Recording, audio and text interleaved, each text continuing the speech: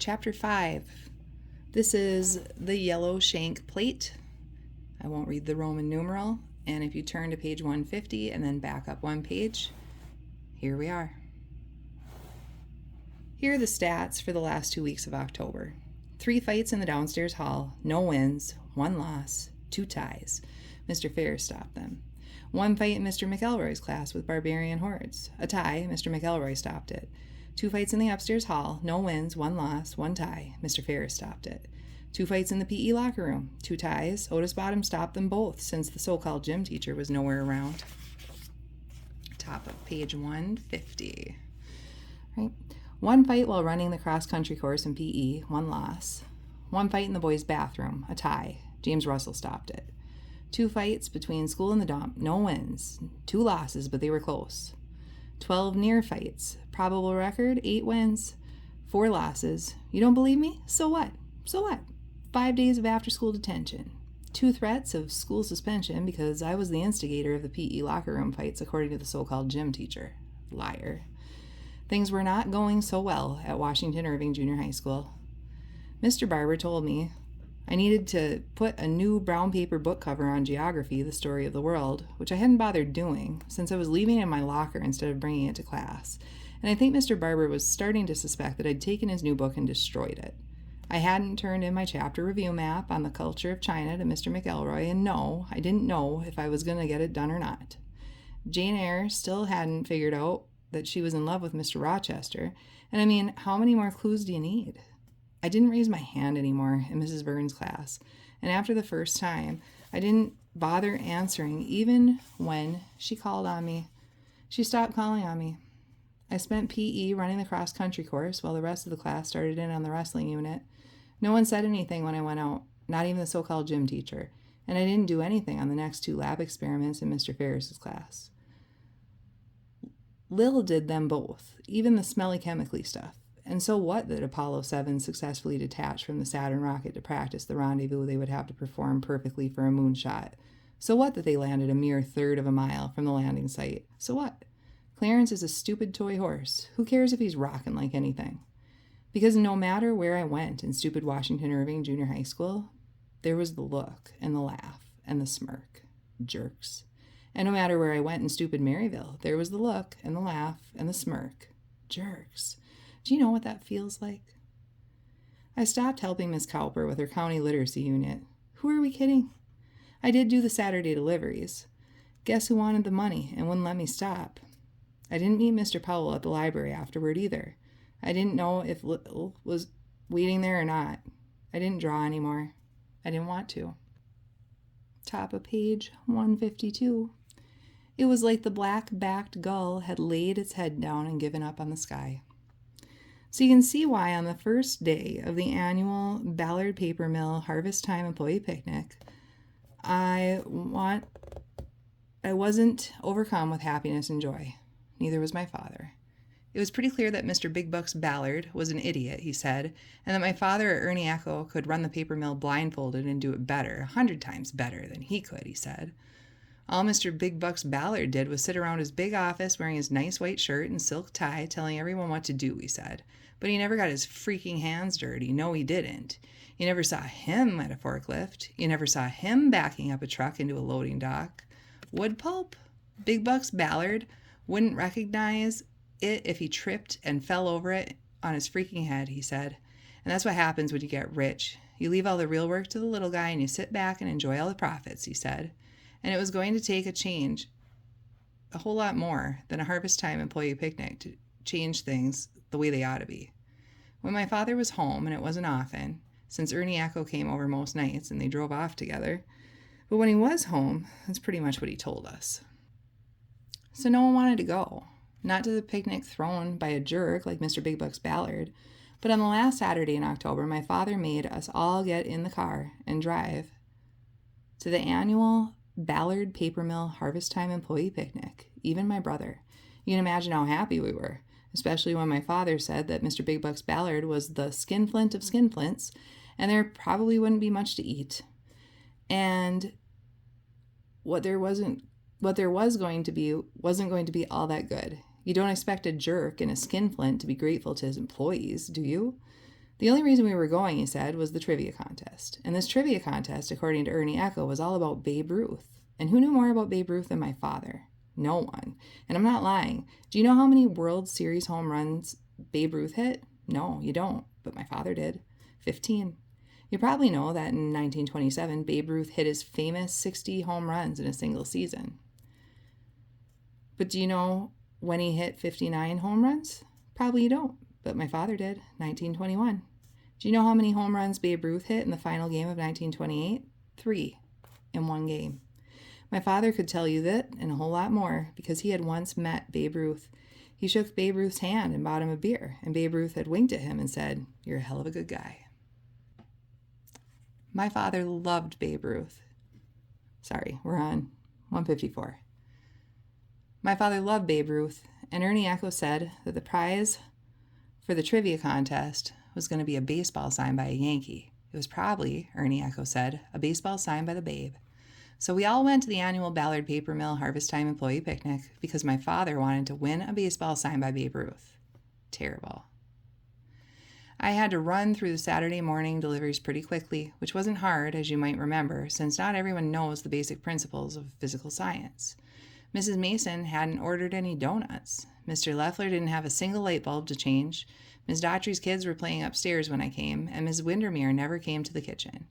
I really wish that at least the Daughtry kids had been. So what? So what? I'm not a chump. I made it back as quickly as any human being could, which wasn't good enough for guess who. It was a Saturday that you somehow knew was going to be one of the last beautiful days of fall. The sun was shining hot, like it thought it was still July, and November drizzles were a whole season away. The sky was blue. Top of page 155 here. And a few white clouds were easing themselves along like they didn't care. The grass was warm and sweet like April, but the trees hadn't forgotten it was October. They were all on fire, and behind their leaves, the birds were singing their last songs. Waves of heat simmered above the stone walls, and the granite sparkled.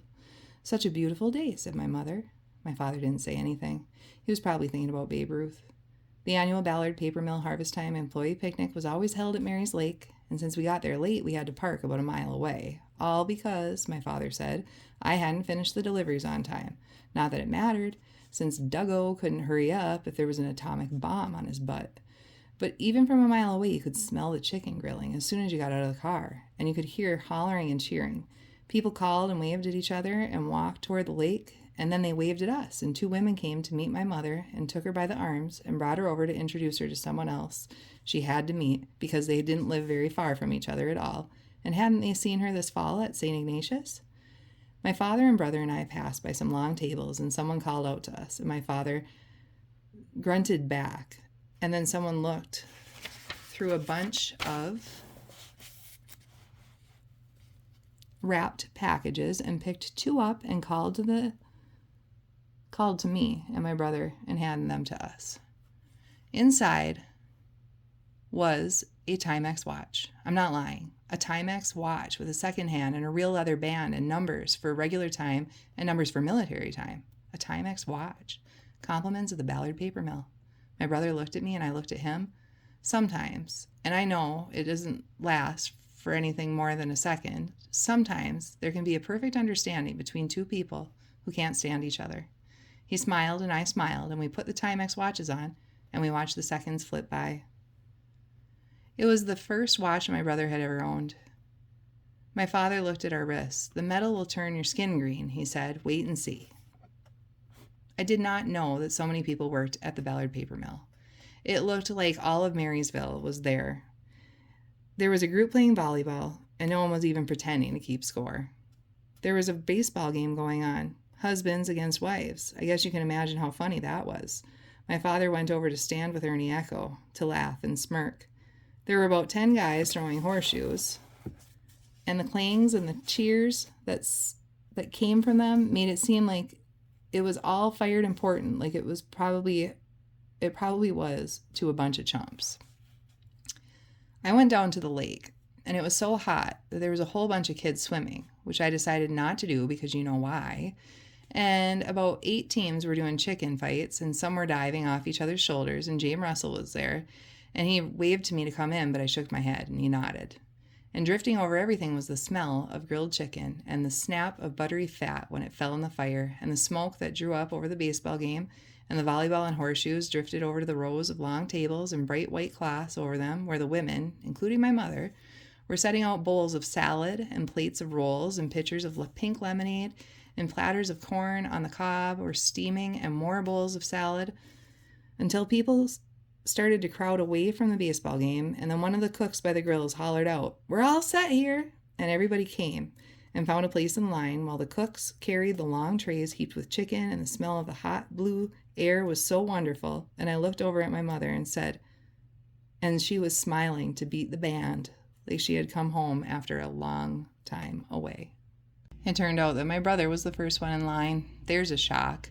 But it didn't matter, because even if the whole town of Marysville had been there, they couldn't have eaten everything that was loading down those tables. It was like something out of a fairy tale. When a platter was empty, it got lifted away, and another one, even fuller than the last, the first, magically appeared in its place. And there was more chicken cooking, and more vats of hot water with steaming corn. And then onto the line came all the kids from the lake who were dripping wet, and they were all hollering that it didn't matter if they ate like slobs because they were just going to go back in the water anyway. And then everyone was finishing the salad and chicken and corn and trying to sit back and rub their stomachs, and then the big aluminum carts being wheeled across the lawn, and every kid in the place running to them and reaching for lime popsicles and strawberry shortcake and ice cream sandwiches, and James Russell grabbing me and yelling, "Come on!" And I was running over too, and reaching in for an orange dreamsicle. An orange dreamsicle. You know how good an orange dreamsicle tastes on a blue fall day when you're full of grilled chicken and your mother is laughing, a real laugh like she used to, and once you look over and your father is holding her hand like they haven't in a long, long time. Until Ernie Echo came and she walked away. Then all the mothers cleared the tables and swept off the long white tablecloths and, all laughing, folded them together and boxed up the extra food, and that was a lot. The kids ran down to the water again, and James Russell yelled, "Come on," but I shook my head again. So he ran down to the lake, and I tried not to hate him while he took a flying dive and skimmed into the water, came up laughing, and some little kid was climbing on top of him for more chicken fights. Then most of the adults started to gather around the cleared plates, and I went over to the deserted horse-throwing horseshoes. There we are. Someone yelled that the trivia contest was going to start soon, and everyone should choose a partner to work with. I looked back. My father was standing with Ernie Echo. They were whispering together. They'd probably win. I picked up a horseshoe and threw it. It came up short, by a lot. I tried another. It came up short again by a lot. I heaved another. Long, by a lot. Terrific. I threw the last one. It hit short again, but rolled until it flopped in the sand near the post. Not bad. Which is why an old guy said when I went to gather up the horseshoes, "Not bad, but I think if you held it on the bend, you might get a little more distance." I picked up the 4 horseshoes. You want to show me?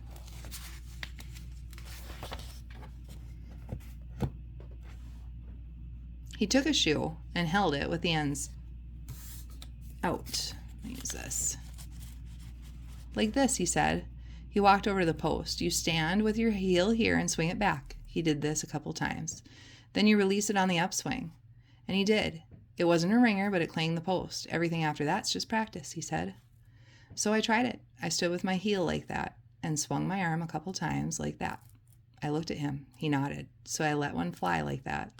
I think, he said, you might want a little more air to the throw. That way they won't run away after they hit the ground. I let another one fly. Short. Too much arc. Not bad, he said. I handed him the last shoe. I'm not a chump. He took the shoe into his hand like he had done it 1,000,000 times, 1.5 million times.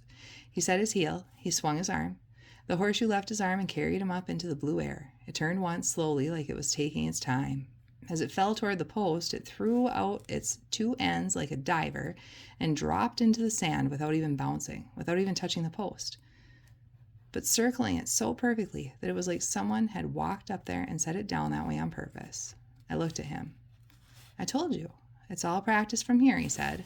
But what I could use is some help on the trivia contest. I've been working on it for 25 years and never even come close to a ringer. He held out his hand. We shook. "Partners," he said, and we went over to the cleared tables. Back there, a few kids were eating the last of the ice cream sandwiches, while a bunch of men had lit cigars, and their long smoke whispered up into the golden trees. Piles of yellow pads and pencils were on the tables, and partners were taking them and writing their names on top. Some of the partners were pretty serious about it all, and they sat there numbering their pads. This was my father and Ernie Echo. Most were leaning back and laughing, probably because they didn't know 2 cents about Babe, and they figured they weren't going to win anyway. Then some guy wearing a tie, at a picnic. This guy stood up on a chair and held a black notebook over his head, and everyone cheered. I figured the guy with the tie must be Big Bucks Ballard, the jerk who didn't know how to run the paper as well as my father and Ernie Echo could blindfolded. "The trivia contest questions," he hollered, and everybody cheered and clapped again. 10 questions, he said, and a tiebreaker, if we need one. The team with the most correct answers is the winning team. The prize this year is a baseball signed by... Okay, you're going to think I made this part up, but I didn't. Sometimes you have to trust me. This is what the guy with the tie said. A baseball signed by Roger Maris, Mickey Mantle, and Joe Pepitone. Cheers from all around except my father and Ernie Echo. Plus this year, $50 bonus for each partner. You can bet there were cheers at this. Plus assigned parking spots right by the mill entrance for 1 whole year. I guess this sounded good to a lot of people, since there were a lot of cheers with this too. So let's get started. A baseball signed by Roger Maris, Mickey Mantle, and Joe Pepitone, who, if you remember, were the 3 Yankees to hit home runs in Game 6 of the 1964 World Series against the St. Louis Cardinals. Who cares if Mr. Big Bucks Ballard is an idiot? I looked at my partner. "Do you think we have a chance?" he asked. "You bet," I said. "Question number 1, said Mr. Big Bucks Ballard. He was still standing on the chair. "How long was Joe DiMaggio's hitting streak in 1941? My partner looked at me. "Do you know?" he said. I took the pencil and wrote down 56. If he didn't even know that one, I thought it wasn't going to be much help. "Are y'all ready? Come on, folks. Either you know that or you don't. I wouldn't bother guessing if you don't. Next question. How many consecutive scoreless innings in a World Series play has Whitey Ford pitched?" Groans and laughter all around us. "Are you kidding?" someone hollered. I handed the pencil back to my partner. 33 2/3, I whispered. He wrote it down. Next question. In 1960, the Yankees hit more home runs than any other team in baseball history. How many did they hit? More groans, more laughter. I whispered. 193. My partner wrote it down. Okay, ready for an easy one? Cheers. What 2 years did Roger Maris win back-to-back MVP awards? Even I know that one, said my partner. He wrote down 1960 and 1961. All right, let's see how you are with batting averages. What is Joe DiMaggio's lifetime batting average? 325, I whispered.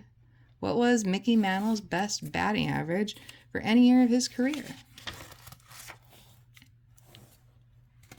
365, I whispered. What was the team average for the Yankees in the 1960 World Series? Groans. 338, I whispered.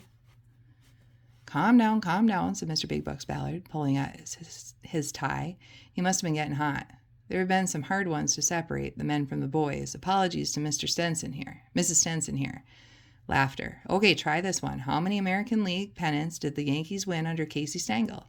My partner looked at me. 10, he said. I nodded. He wrote it down. Question number 9. We all know that in 1961, Roger Maris broke the Babe's home run record with 61 home runs. How many did Mickey Mantle have in that same year? 54, I whispered. My partner wrote it down. The last question. Which 5 years in a row did the Yankees win the World Championship? That I can remember, said my partner. And he wrote down 1949, 1950, 1951, 1952, and 1953. I was at the last game for every one of those, he said. Every single one, I said. He nodded. There's no place in getting to be an old coot. There's no pleasure in getting to be an old coot unless you have some fun along the way. Do I need to tell you that when Mr. Big Bucks Ballard read the letters, we had every single one right? Read the answers, we had every one right? Do I need to tell you that my father and Ernie Echo did not? Do I need to tell you that my father thought about that? What my father thought about that? Or What my father thought about the trivia contest on the New York Yankees that didn't have a single question about the babe. But it wasn't over yet. When Mr. Big Bucks Ballard asked if anyone had gotten all 10 right, 3 teams raised their hands. Terrific. Here you were all grumbling and carrying on, said Mr. Big Bucks Ballard, but I guess it wasn't as hard as everyone thought. He took a sheet of paper from inside the black notebook. So now we have to go to the tiebreaker question, and this time, I admit it, it's a doozy. Okay, here we go. For just these 3 teams to see who gets the baseball, the bonus, and the parking spots. Ready? Y'all ready? Okay. And no help, folks. Ready? Okay. What is important in baseball about the number 216? It was like all creation stopped. It was that quiet. Could you repeat the question? Called one of the teams. What is important in baseball about the number 216? I watched the other teams. You might as well have asked them to name the atomic numbers of all the inert gases. My partner looked at me. I have no idea, he said. I whispered to him. Are you sure? He said. I nodded. Really? Really? How do you know that? I counted once. He smiled. Not like my mother, but it would do. Does anyone know? Hollered Mr. Big Buck Ballard from his chair. The other 2 teams shook their heads. My partner kept smiling. He leaned down to me. Tell him, he said. So I did. But if you think I'm so all-fired smart, you won't think so after I tell you what happened next. There was some scattered clapping, and Mr. Big Bucks Ballard came down off his chair, walked over, and shook our hands. How did you know that last one, kid? He asked. He counted once, my partner said. Mr. Big Bucks Ballard worked at his tie some more. He looked really hot. How are we going to award these prizes? He said. He looked at me. You're not driving